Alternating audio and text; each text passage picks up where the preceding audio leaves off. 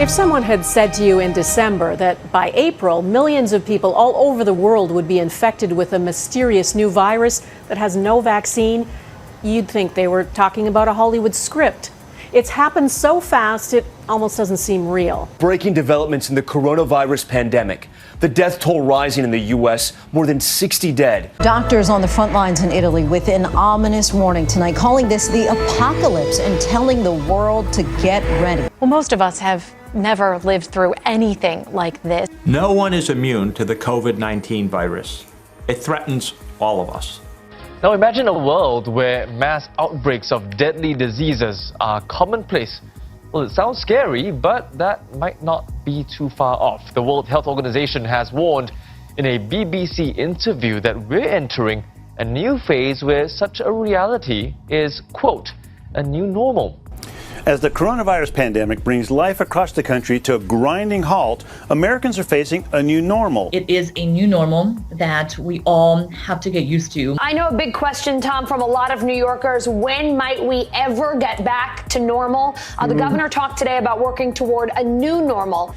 So we're going to a different place, which is a new normal. This morning, almost 40 million Californians waking up to a new normal. Social distancing at schools and businesses. You may be having dinner with a waiter wearing gloves, maybe a face mask. Dinner where the menu is disposable, where your temperature is checked before you walk in. A new normal that will hopefully allow America to reopen. Looking forward into this next phase of reopening and establishing some kind of new normal. Embrace the new normals of social distancing and sheltering in place, all the physical isolation. Now masks are becoming the new normal. What do you think? Can schools operate under social distancing guidelines? And is that what they're going to potentially have to do as the new normal? When we get out of the sort of new normal and get to a new normal. Just trying to cope with the new normal. This is the new normal. Imagining or reimagining what society is going to look like when they reopen. If you want to go to a restaurant, you're going to have your temperature taken before you're allowed inside to dine. So that's just possibly going to be the new normal that we see down the road. Adjust our lives and get ready for the new normal. This new normal is going to look very, very different. A stepwise return to not normal, but a new normal. Long lines for food becoming a new normal. The communities return to normal, or the new normal, on what that may be. The coronavirus pandemic has meant not only online classes, but having to watch their job and internship offers go down the drain. So what is the new normal like for the class of COVID-19? There will be a new normal. We just don't know what that new normal is yet. So a return to normal as we knew it is not on the cards in the near future. And it is really important that I am upfront with you right now about that. What we will be seeking to do is find a new normal. Get out of the lockdown and return to what will, by the way, be a new normal. It's not going to be the normal we experienced before the virus took hold. Can I say this is likely to be the new norm? We will be having to live in a new normal, as we were trying to say, with this virus. We keep talking about this is the new normal. I'm just curious, when can we expect life to go back to the true normal? You know, when is this expected to peak? Do you guys have some sort of timeline or estimate in mind? Or So, as I have repeatedly said, this is our new normal. If we are going to be able to move ahead into our new normal, we will find our new normal in the coming weeks. To make sure that we can do everything we can to flatten the curve so that we can return not to the old normal, but to a new normal that allows us to function more and more openly as a society. We can continue to improve how we work and play in this new normal. All of us should be able to name all the people we've been in close contact with over the last 2 weeks as a new normal. Get New Brunswick back to the new normal. Because that really is going to be part of our new normal moving forward. So these are all elements of our new normal. We will transition into the new normal. what we consider normal before COVID-19 is still a long way from returning. Our lives are changing and about to change in a very significant way. But the thing that we called normal, our old normal, was just the new normal for people who are older than us. And this new normal that is so shocking for all of us is just the normal of future generations. I don't mean future generations 50 years from now. I mean people who are born 5 years from now. The best hope of getting back to normal as soon as possible is never getting ahead of where we are right now. So it's not going to be returned to normal. People will have to realize this is not going to go away anytime soon, and we're gonna have to keep this up. If you think that this is going to be going back to normal in July, think again. This will be the new normal until a vaccine is developed. What it's going to take for all of us to be able to return to normal. The only thing that will really allow life as we once knew it to resume is a vaccine. It won't go back to normal in some very rapid fashion. Microsoft co-founder Bill Gates has continued the fight against coronavirus, investing billions of dollars on the construction of factories working to develop a COVID-19 vaccine. And it won't be normal until we get an amazing vaccine to the entire world. And I know that we are all eager to get back to work and get back to normal. But the reality is, we have to remember that until we find a vaccine for this terrible virus, until we have that vaccine, letting our guard down means potentially exposing millions of our people to the virus. The hard fact is, until we find a vaccine, going back to normal means putting lives at risk. Until we get almost everybody vaccinated globally, we still won't be fully back to normal. It means zero tolerance. So every time we see a case, we basically pounce on it. We do everything we can then to shut it down and to eliminate it when it arises. And we will have to keep doing that on an ongoing basis. And yes, until a vaccine arises. You know, it's so important to get not just hundreds of millions, but literally billions of those vaccines, because this is a global problem. We can anticipate that we will continue like this for some time until an effective vaccine is widely available. We want to get into this semi-normal phase as soon as we can, and then the vaccine is the thing that will change things. I think even after we're through this first wave, we will need to remain vigilant, and we will need to bring in different measures.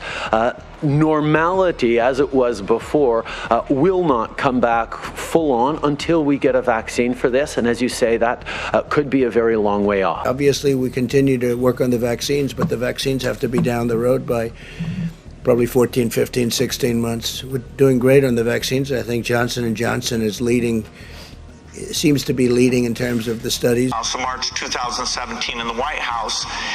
In both of those two meetings, he asked me if vaccines weren't a bad thing, because he was considering a commission to look into ill effects of vaccines, and somebody, his name is Robert Kennedy Jr., was advising him that vaccines were causing bad things, and I said, no, that's a dead end. That would be a bad thing. Don't do that. When will we get back to some sort of normal? What do you think it will take? Well, Dr. Fauci is my hero, just so you know. Will we truly get back to normal in this country before there's an actual vaccine that's available to everybody? How do you start lifting the restrictions? Yeah, well, John, if back to normal means acting like there never was a coronavirus problem, I don't think that's going to happen until we do have a situation where you can completely protect the population. Like large public gatherings may not resume until broad vaccination has taken place. The way we go back to the way we were before is going to take time. We won't be completely safe until we have a vaccine. Into whatever semblance of normalcy the new normal will provide over the course of the next few months, as we all look forward to the moment where we have herd immunity and or a vaccine. The problem many school administrators have is that they can't give a guarantee to parents right now that their kids would be safe going back into the classroom. And until there's a vaccine and testing, they're making plans instead to continue remote learning. All of this while the world awaits a vaccine and faces the reality that even with one, our lives will never be the same. Legislative amendments that would make vaccinations mandatory for public school students unless they have a medical exemption. Religious and philosophical exemptions would no longer be allowed. A lot of it depends on having a vaccine, and that's what's going to protect us the most. We need to start thinking about what our new normal will look like over the coming months. With no vaccine for this virus likely to be available for a year or more to protect the population, we need to protect each other. This could easily go on a couple of years, waxing and waning. Dr. Peter Hotez is a vaccine scientist at Baylor College of Medicine in Houston. He believes governments need a strategy for how daily life will operate for the next 2 years. Yes, 2 years. That's the length of time it could take to develop, test, and distribute a vaccine once the surge in cases is over. Dr. Ali Muqdad worked to develop the pandemic models used by the White House. So until we have a vaccine, our definition of normal should be totally different from what normal is. Almost every expert agrees a vaccine is the fastest, safest way to get our world back, even if it means a year or more of waiting. Until that happens, we're stuck in a cat and mouse game with something that can't be seen or detected until it's too late. The thing that'll get us back to the world that we had before coronavirus is the vaccine and getting that out to all 7 billion people. Well, I think everyone's life is completely disrupted. Your normal pattern of go to meetings, watch sports events. This thing, in my lifetime, this is the most dramatic thing. I still find it shocking how tough it is, and how hard it's going to be to get back to the normal life that we had before. Do you think things will go back to normal, or is that all changed? No, once you have a safe and effective vaccine and get that out to almost all of the people on the planet, and build the preparatory systems for the next pandemic, so you can nip it in the bud, we will go back to normal and economies will recover. In the long run, the exit from this is going to be one of two things, ideally. One of which is a highly effective vaccine, and there are a variety of ways vaccines can be deployed. They can be deployed for damping down epidemics, they can be deployed to protect vulnerable people. We're living very, very different lives until there's a vaccine. However, this doesn't mean we will go back to normal. We are not going to be back to normal until we have a vaccine. I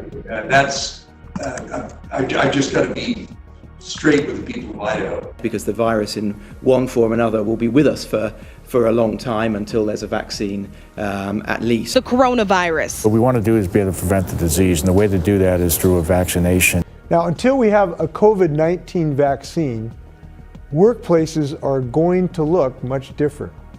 The virus still remains and will remain until doctors and medical experts find an approved treatment and develop a vaccine. If folks get out of this finally one day and we begin to open things up, or then finally get to a place where the vaccine and completely open up. There will be no normalcy as we knew it in the past until we have a vaccine or herd immunity. The vaccine is critical because until you have that, things aren't really going to be normal. They can open up to some degree, but the risk of a rebound will be there until we have very broad vaccination. Because I talked to Bill Gates the other day, and he was saying that it could be June before anybody is having any sense of normalcy. And I don't even know what normalcy means. I mean, normalcy is, we're not going to be normal again for a long time. No, we're not until we have herd immunity or vaccine. I mean, here's what the new normal may look like. Every establishment you go to, you've got a mask on, your temperature is taken. When you walk into that establishment, it has half the number of aisles that it used to have. If it's a restaurant or a bar, half as many seats than it used to have. Your waiter may come over with gloves. You may have a menu that's disposable. There is nothing normal about that until we get the kind of therapeutics and ultimately get to the herd immunity. I'm struck, Bill, by when you were talking about the phases, the semi-normal phase that you spoke of, that sounded like months and months of that. If a vaccine is still not until 2021, that's many, many months of this new normal. That's right. It's almost certainly over a year where large public gatherings likely won't be taking place. We're likely to be using masks. Even in restaurants, there'll be some degree of spacing. If we do not have a vaccine, can I sit next to somebody in a movie theater? Can I go to a basketball game? It depends whether the virus is spreading in your community. If it is, no basketball games. No way. The Prime Minister has said previously that he doesn't think Canada will be able to return to full normalcy until there is a vaccine. On the issue of the vaccine, which you've said in the past could take a year to 18 months, will we have to wait for a vaccine to hug our family and friends who are outside of our bubble? When will there be a vaccine? How do you see that? So we're going to have to take something that usually takes 5 or 6 years and get it done in 18 months. There is an approach called an RNA vaccine that people like Moderna, CureVac, and several others have that looks quite promising. This is where an RNA vaccine comes in, which becomes possible when you have the virus's genetic sequence and you know which genes code for which proteins. So the concept of an RNA vaccine is, let's inject the RNA molecule that encodes for the spike protein. It's making your cell do the work of creating this viral protein that is going to be recognized by your immune system and trigger the development of these antibodies. It's a relatively new, unproven technology, and there's still no example of an RNA vaccine that's been deployed worldwide in the way that we need for the coronavirus. The advantage of the RNA vaccine is that it can be produced within a matter of days. So these types of vaccines are much faster to generate. I'm the first person in the United States to receive the experimental coronavirus vaccine. I was the second person to enter into a COVID-19 trial vaccination. Eventually, what we'll have to have is certificates of who's a recovered person, who's a vaccinated person, because you don't want people moving around the world where you'll have some countries that won't have it under control. Sadly, you don't want to completely block off the ability for those, people to go there and come back and move around. So eventually there will be sort of this digital immunity proof that will help facilitate the global reopening up. Meet the RFID microchip. This tiny chip, which can be implanted into your wrist, yes, I did say wrist, uses short-range radio frequency identification, similar to the tech used to track your pets or your phone. Once implanted in your body, it could identify you as you pass through the airport, open the door to your home. It could even be used to buy groceries at the supermarket. Now, your driver's license, passport, keys, and wallet are all inside your body, contained in something the size of a grain of rice. A lot of people are wondering when things are going to return to some semblance of normalcy, but let's talk about what that might actually look like. You talk about returning to some semblance of normal. What are we saying that looks like? I mean, you mentioned keeping up social distancing. What could life look like, say, 6 months, a year from now? Apple and Google announced new technology that could help. Phones ping other phones around them with their location. People who contract the virus report their diagnosis to the app, and anyone who came close to them is notified. In Hangzhou, to enter a tower block, you need to have your temperature taken and registered. And you must have an app on your phone into which you input your name, temperature, recent travel, and ID number. The information generates a color code. In Hangzhou, to go out of the community or to public activities, you need to have a green code. This green, yellow or red code is automatically decided through the system. It uses big data to decide whether you've been to affected districts or come into contact with those people. But what if you're well and get a red code anyway? This man says he self-isolated while visiting Anhui province near Wuhan and back home in Shanghai. But there's no way to challenge the technology. Our office building here, you need to register. You need to show the code to demonstrate that you're healthy. So when I was red, there was no way I could go to the office and work. I didn't do anything. Then after 2 or 3 days, I looked and suddenly it was green. I don't know why. But I think that although it's not really reasonable, it is still a preventative measure. But few know exactly how their data is being used. We actually looked at the back-end code that the app was running, and what you could see is the moment that a user gives it permission to access data, it immediately sends a function that says report info and location to police.